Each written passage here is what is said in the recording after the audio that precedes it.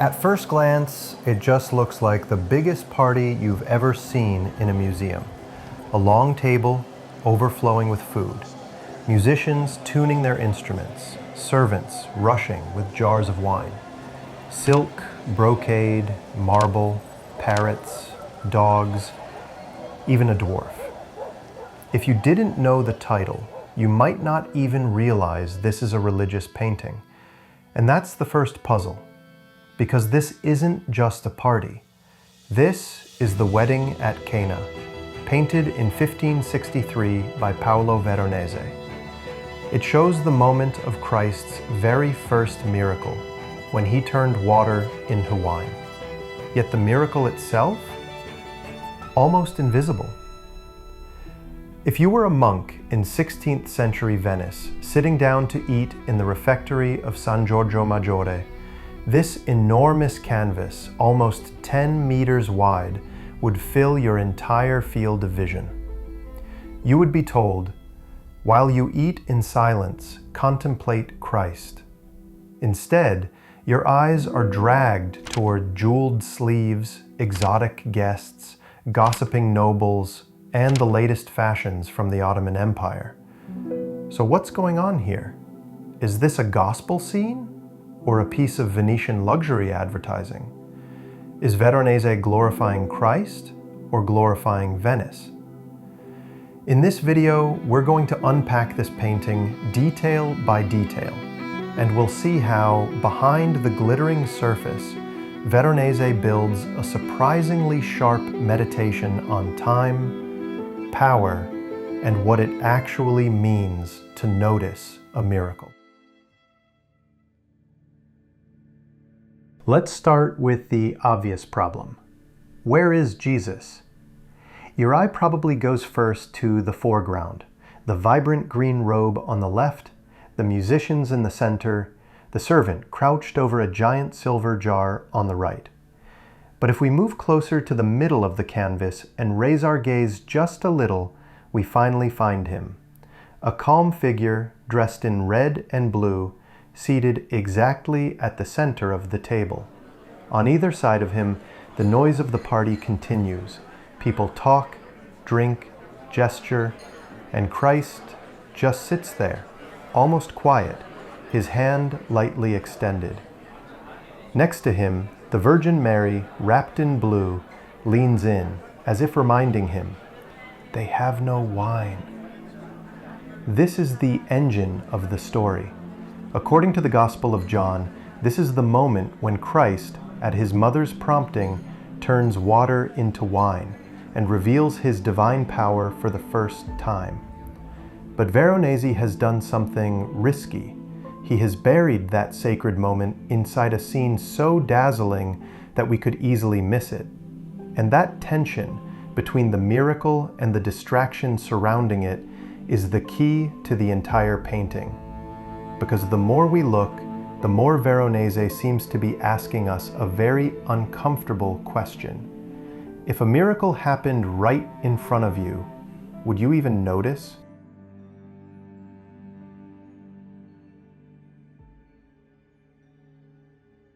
Before we answer, let's step back and simply enjoy what Veronese offers us. The level of detail is staggering. The painting is almost like a luxury catalog of 16th century Venice. Look at the sleeves of the guests, heavy brocades embroidered with gold, shot silk that shifts color with the light, fur-lined cloaks that must have cost a fortune. Each fold of fabric is painted with obsessive care. The tablecloth is blindingly white, covered with silver knives, Venetian glass, plates of fruit, and little wooden boxes of quince jelly. Even the forks are carefully rendered, an object still unusual in much of Europe, but normal in refined Venetian dining. The marble architecture is equally elaborate. Gigantic columns of pink stone, Corinthian capitals, and a balustrade that runs behind the table like the edge of a theater stage. Above, clear blue sky and clouds open the space to infinity. Everything is sensual, tangible, luxurious. Now remember where this hung. in a monastery. Monks taking vows of poverty sat under this overwhelming display of wealth 3 times a day. Why? Because in Renaissance Venice, opulence itself was a theological problem and a temptation. Veronese's painting is not just decoration. It's playing with that danger, the risk that beauty itself might distract you from the divine. If we follow the gospel story, the whole point of this scene is simple. The wedding has run out of wine. Mary tells Jesus. Jesus tells the servants to fill jars with water, and suddenly, the best wine of the night appears. In most earlier depictions of Cana, the miracle is front and center. Big jars, dramatic gestures, shocked faces. Here, you have to hunt for it. Look down to the right foreground. A servant in a yellow tunic bends under the weight of a massive silver wine jar. Another servant steadies it. The liquid pouring out is a deep red. This is the water that has just become wine. If we trace the diagonal line from that servant up across the table, it leads straight to Christ. Then, further left, to the musician in white satin in the foreground, Veronese himself. The miracle, the Savior, the artist, aligned on one invisible axis. But notice something odd. Almost no one at the table reacts. The guests keep talking, eating, flirting.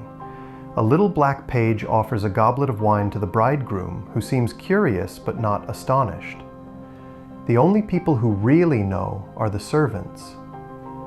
So Veronese creates a kind of moral experiment. On one side, the elites, nobles, artists, foreign rulers, all wrapped up in spectacle. On the other, barefoot servants and workers who quietly witness the transformation.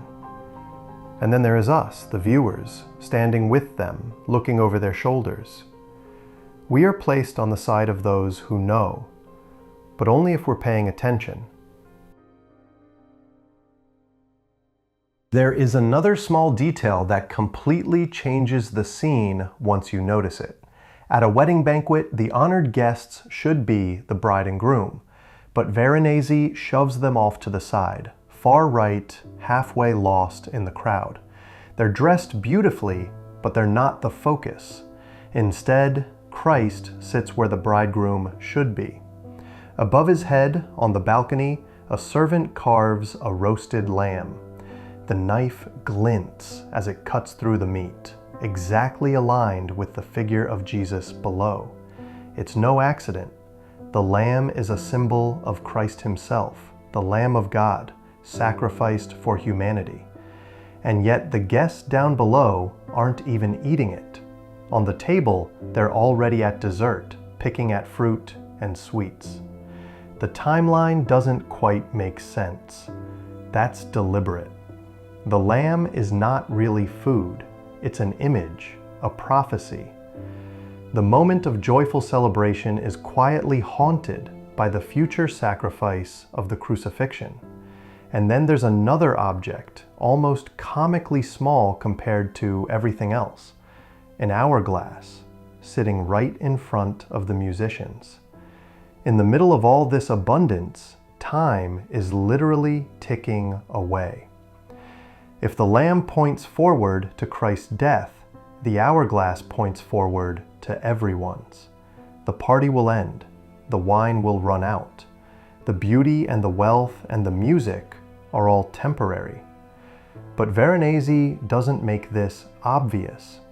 He lets it unfold and just quietly sets a clock on the table. You either notice or you don't.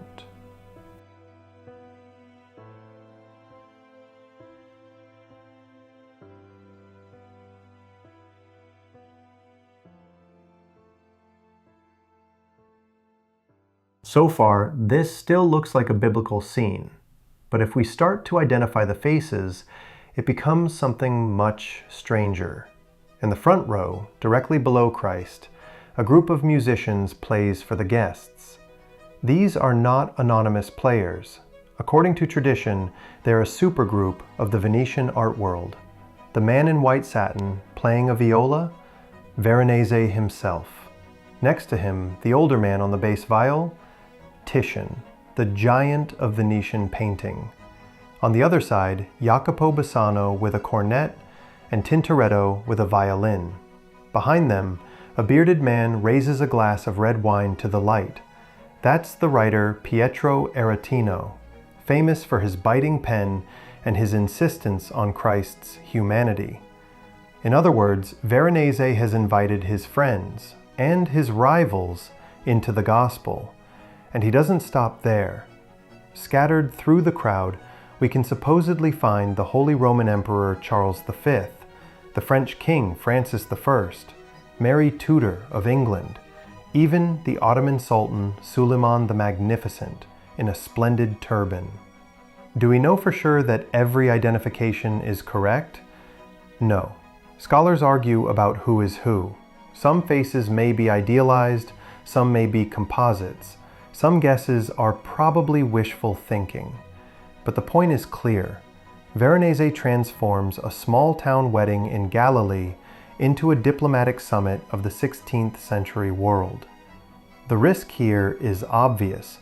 If you fill a biblical painting with celebrities in the latest fashions, does the spiritual message disappear behind Renaissance fan service? Is Cana becoming just a glamorous group portrait? Or is Veronese trying to say something else? That all of history, from emperors to artists to sultans, ultimately revolves around this quiet figure at the center of the table. The painting never answers completely. It leaves that tension open.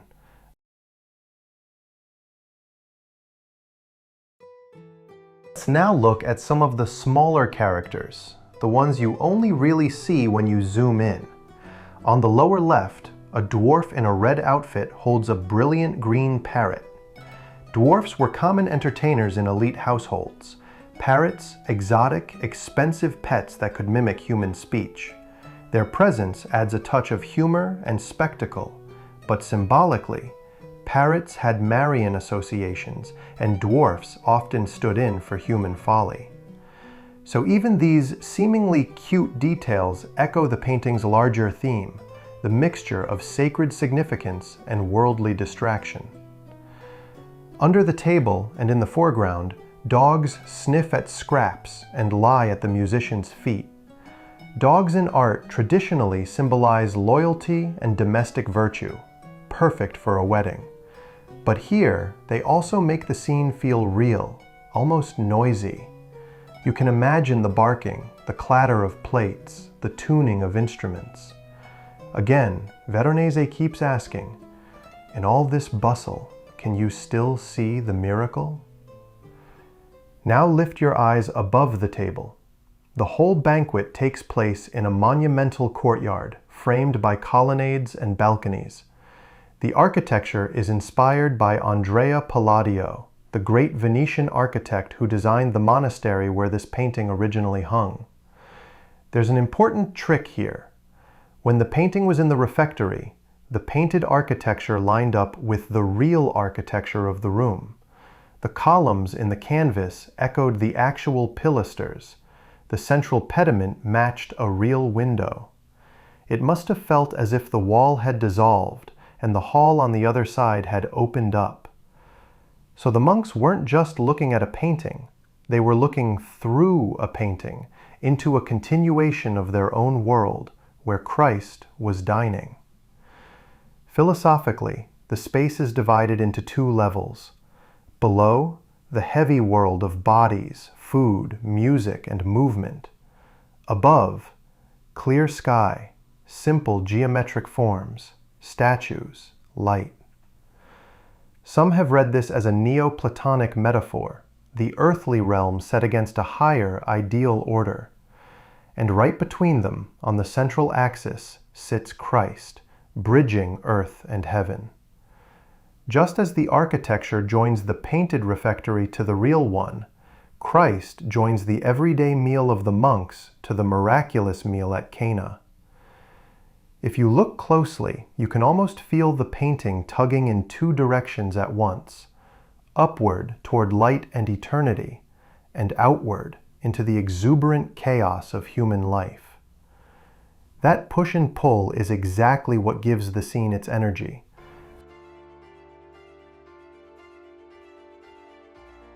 To really grasp the stakes of this image, we need to remember when and where it was painted.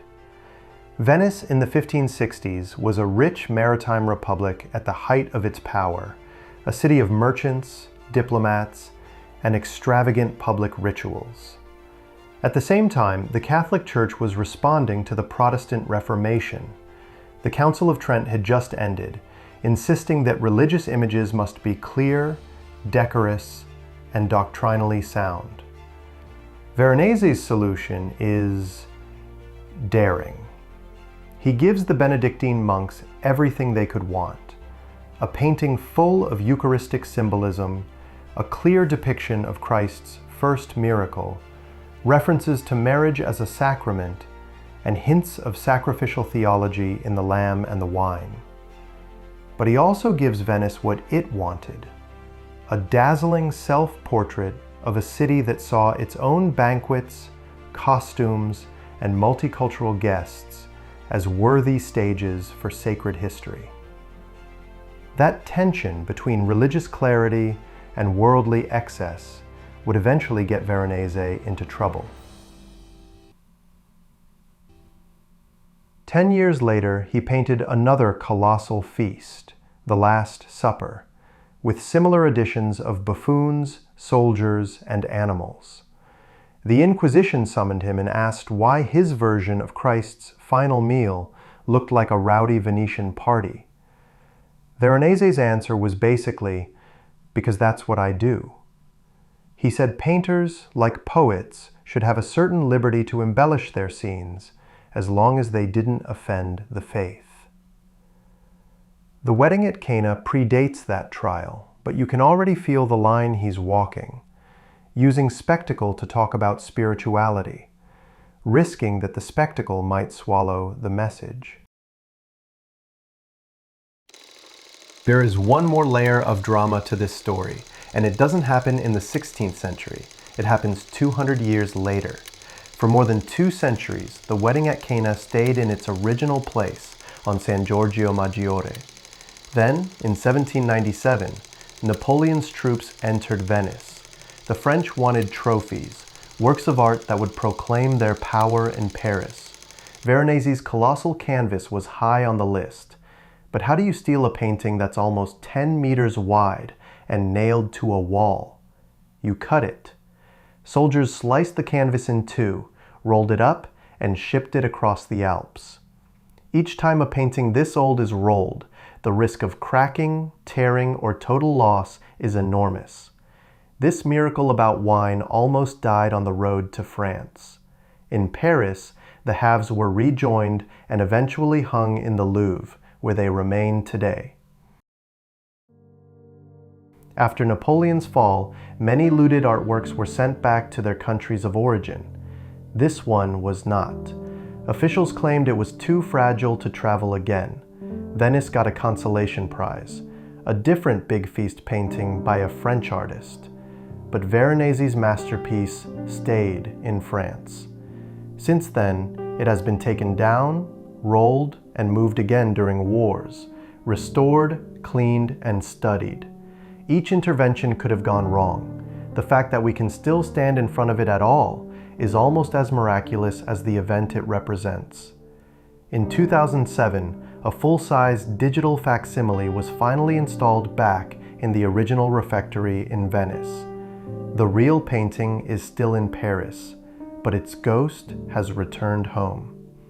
So, when you look at the wedding at Cana today, you're not just seeing a religious scene or a snapshot of Renaissance Venice. You're seeing a survivor. Let's put it all together. We have a lavish banquet filled with the most powerful and glamorous people of the 16th century, real or imagined. We have musicians, dwarfs, parrots, dogs, servants, rare foods, and shining silverware. Above them, a palace of perfect classical architecture. It is a hymn to human culture, wealth, and pleasure. And threaded through that spectacle, almost quietly, we have Christ at the center, about to turn water into wine. A lamb being carved above his head, hinting at his sacrifice. An hourglass, counting down the end of the feast and of every life present. Servants and humble figures who sense the miracle before anyone else. Is this painting celebrating worldly joy or warning against it? The answer is both.